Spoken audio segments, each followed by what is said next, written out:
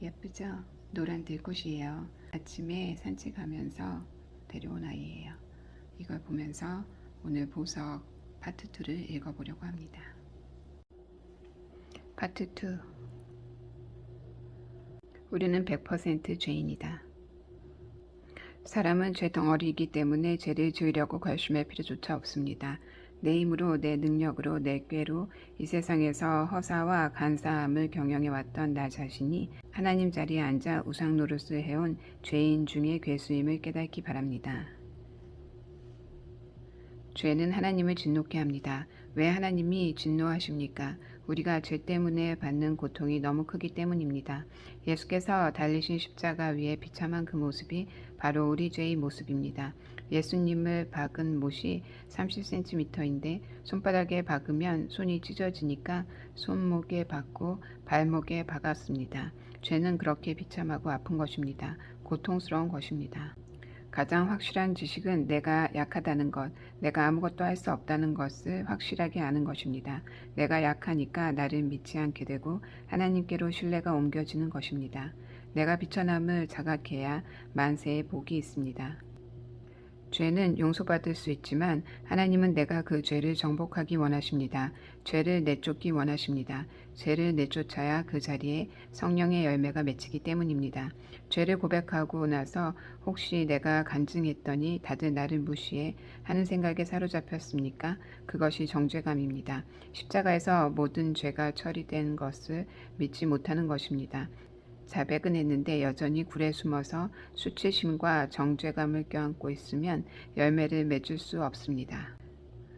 간증은 내가 죽고 회개하여 구원의 주체이신 하나님을 찬양하는 십자가의 노래입니다. 스스로 죄인이라고 고백하는 이들의 모임보다 아름다운 공동체는 없습니다.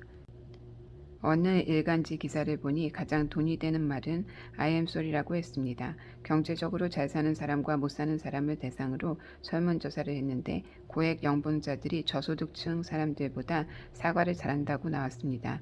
자신의 잘못에 대해 미안하다고 사과하는 비율이 고액 연봉자는 92%, 저소득층은 52%입니다. 자신에게 잘못이 없다고 생각할 때도 먼저 사과하는 경우는 고액 연봉자는 22%, 저소득층은 13%입니다. 또 독신자, 이혼자에 비해 결혼한 사람들이 사과를 잘한다고 합니다. 항상 성경적 원리에서 출발하는 것이 성공의 비결인 것을 알 수 있습니다. 자기 잘못을 인정하는 사람, 자신의 실수에서 뭔가를 배우려고 하는 사람이 어떤 분야에서건 성공할 수 있습니다. 돈이 많고 적음을 떠나서 미안하다는 말을 못하는 이유는 자기 열등감 때문입니다. 설문 결과를 분석한 전문가에 따르면 성공한 사람들이 사과를 잘하는 이유는 사과하는 것이 경력에 흠이 안 된다고 생각하기 때문입니다. 자존감과 자신감을 가진 사람이 미안하다는 말도 잘할 수 있습니다. 열등감과 자존심 때문에 잘못을 하고도 미안하다는 말을 못하는 것입니다. 은밀히 이루어지는 죄의 진행은 우리를 죽음으로 이끌어갑니다. 죄의 결과는 사망입니다. 죄의 실체를 알고 죄의 진행을 막으려면 하나님 앞에 회개하고 엎드리는 것밖에는 방법이 없습니다. 내가 엎드릴 때 하나님의 엑스레이가 나를 비추고 내 속에 더러운 죄를 훤히 드러나게 하십니다.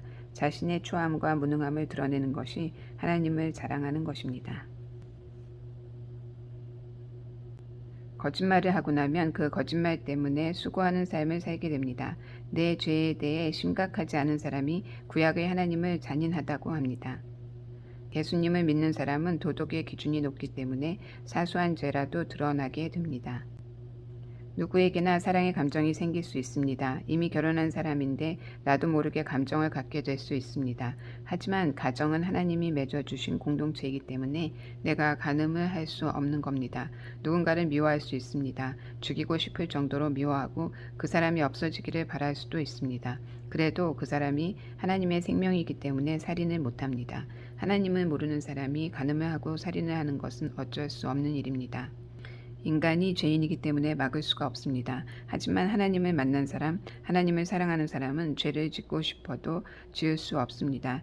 율법이 강력해서 죄를 안 짓는 게 아닙니다. 사랑이 율법을 지키게 합니다. 배고픈 사람은 남의 배고픔을 돌아볼 겨를이 없습니다.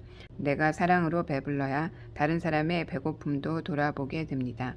이웃을 내 몸같이 사랑하려면 내 몸에 대한 하나님의 사랑을 뼈저리게 느껴야 하고 그 사랑이 내게 채워져야 음욕과 미움을 물리칠 수 있습니다.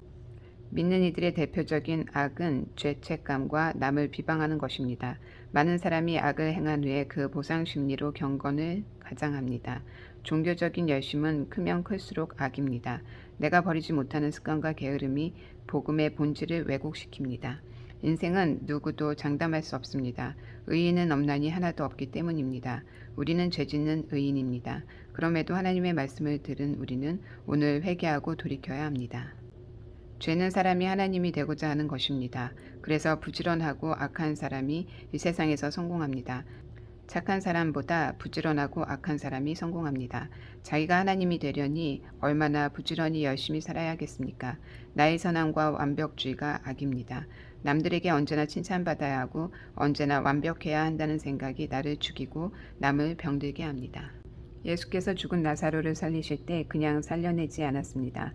무덤에 돌을 굴려내는 수고를 해야 합니다. 죽으면 죽었지 내 죄는 오픈 못해 하면서 영적인 사망에 처해 있습니까? 내가 돌을 굴려내면 내 속에 있는 죄와 사망에 썩은 것을 오픈하면 살려주십니다. 죄인들과 각색 병자들이 모인 베데스다 연못에서 예수님은 스스로 건강하다고 믿는 자에게는 의원이 쓸데없다고 하셨습니다. 교회는 영적 병원입니다. 아프고 죄 많은 사람들이 모이는 곳이 교회이고 그런 교회가 건강한 교회입니다. 교회에서 나는 건강하다고 아픈 사람을 비판한다면 병원에 와서 환자들을 욕하는 것과 같습니다. 세상에 속한 사람들은 아픈 사람을 싫어합니다. 넌 왜 그러고 사니 하며 비판하고 외면합니다. 그러나 그런 분들이 교회에 왔을 때 누구보다 하나님을 의지하고 말씀을 사모합니다. 그래서 저는 갖출 것 다 갖춘 사람들더러 오라고 초청하지 않습니다. 말씀 그대로 환난당하고 원통하고 빚진 자들을 날마다 초청했고 그런 사람들의 공동체가 이루어졌습니다. 억지로 술 끊어, 담배 끊어 한다고 해서 끊어지는 것이 아닙니다.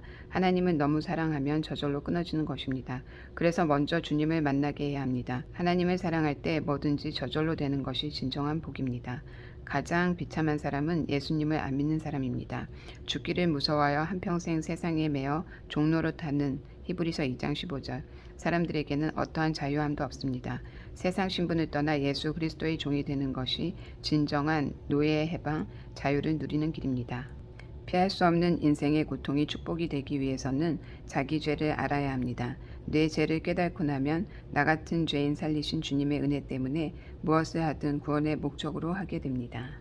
우리는 주 안에서 행한 수고에 대해 특권을 요구할 때가 많습니다. 하지만 우리는 마지막 순간까지 종의 자리를 떠나지 않으셨던 주님의 모습을 기억해야 합니다. 주님과 교회를 섬길 수 있다는 특권만으로 자족하는 자가 되어야 합니다. 열심히 주의 일을 하고 교회를 섬겨 놓고는 대우를 못 받는다고 속을 끓여서야 되겠습니까?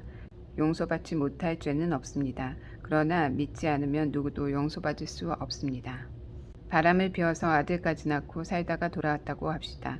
죄를 회개하고 예수님을 영접하고 영육간에 돌아왔어도 바람 피워서 낳은 아들은 그대로 있습니다. 예수님을 믿었다고 그 아이가 없어집니까?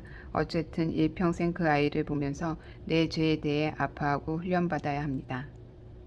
아무리 힘들어도 자살하면 죄입니다. 하나님에 대한 반역입니다. 자기 부정이 없고 인내가 없고 하나님에 대한 사랑을 모르기에 많은 사람이 죽어갑니다. 하나님께서 지은 죄로 인해 너무 고통스러워하지 말라고 예수 안에 피할 길이 있다고 오늘도 말씀하고 계십니다. 나를 위해 십자가를 지신 주님이 다시 살아나셨습니다. 예수께로 피하기만 하면 살 수 있습니다. 영원토록 살 수 있습니다. 복음은 능력입니다. 구원을 주시는 능력입니다. 성경은 인간이 병에서 놓이는 것부터 시작해서 모든 잘못된 상황에서 풀려나는 것을 구원이라고 말합니다. 인간의 육체만을 구하는 것이 아니라 모든 상황과 자연과 만물을 구원하는 능력이 바로 복음입니다. 복음의 능력 중에서도 가장 중요한 것은 죄사함의 능력입니다. 아파서 고통이 아니고 돈이 없어서 고통이 아니고 자녀와 남편이 속을 썩여서 고통이 아니고 모든 고통은 자기 죄로부터 시작됩니다. 천국과 지옥은 반드시 있습니다. 하나님을 모른 채 자기 뜻대로 사는 것이 이 땅에서 이미 받는 형벌입니다.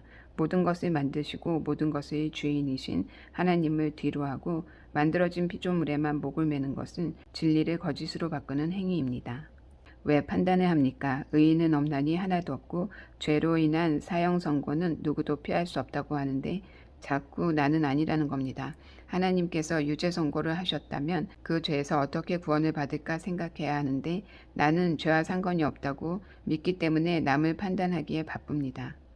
가장 불쌍한 사람은 가난한 자도 아니고 병든 자도 아니고 미워하는 자도 아니요 살인하는 자도 아닙니다. 가장 불쌍하고 불쌍한 사람은 하나님께 잊힌 자입니다. 하나님께 잊히기 전에 영원한 사망으로 가기 전에 제동을 거시는 것이 축복입니다. 고난을 통해서라도 내가 죄인인 것을 깨닫고 하나님 앞에 엎드리는 것이 축복입니다. 십자가는 예수님의 죽음 자체가 아니라 그 죽음을 통해 담당하신 우리의 죄가 얼마나 참혹한지를 보여주는 것입니다. 우리의 죄값을 담당하신 십자가의 예수님을 보면서 죄에 대한 심판이 얼마나 비참하고 무서운지를 볼 수 있어야 합니다. 죄로 인해 짓눌린 인간의 참혹함을 볼 수 있어야 합니다. 환경이 안 돼서 그렇지 돈이 있고 기회만 있으면 부동산 투기로 음란으로 갈 수밖에 없는 것이 우리입니다.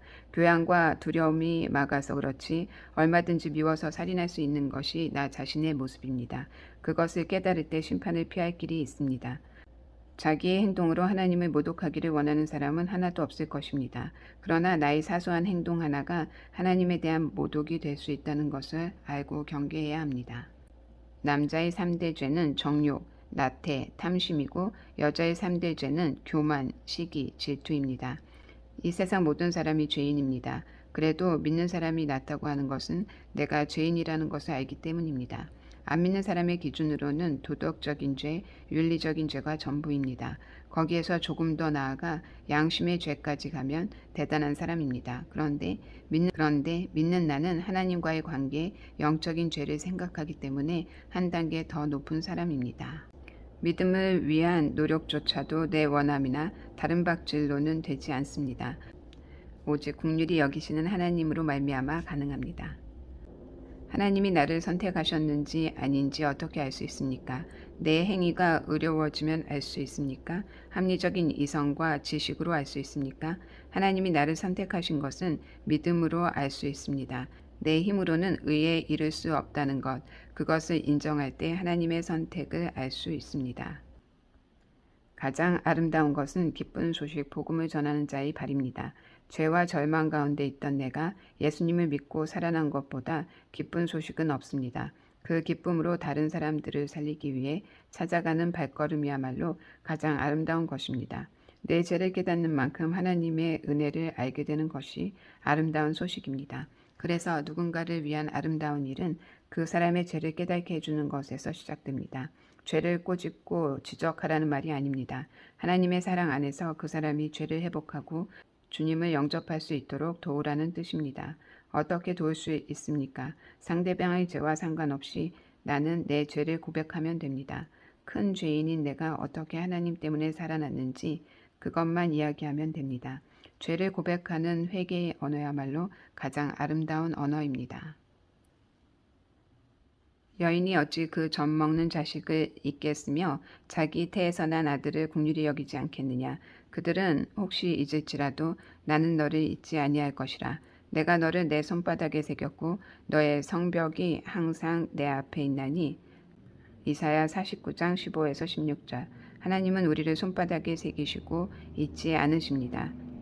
자식이 속을 썩여도 부모가 자식을 잊을 수 없는 것처럼 내가 심히 악을 행하고 있어도 하나님은 나를 잊지 않으시고 성벽으로 나를 보호하십니다. 죄를 지었다고 기도할 자격이 없다고 하면 안 됩니다.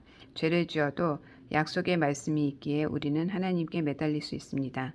내가 악을 행했지만 돌아오게 하신다고 하신 말씀을 기억해 주세요. 주님의 자녀이기에 하늘 끝에 있어도 돌아오게 하신다는 약속을 기억하시고 저를 붙잡아 주세요. 저의 기도를 들어주세요. 라고 기도할 수 있습니다. 우리가 하나님께 간구할 수 있는 가장 큰 힘은 언약의 말씀에 있습니다. 인간은 100% 죄인이고 하나님은 100% 오르신 분입니다. 내 죄를 보는 것에서 시작해야 합니다. 내 죄 때문에 울면 내 환경 때문에 슬퍼하지 않게 됩니다. 날마다 내 죄를 봅시다.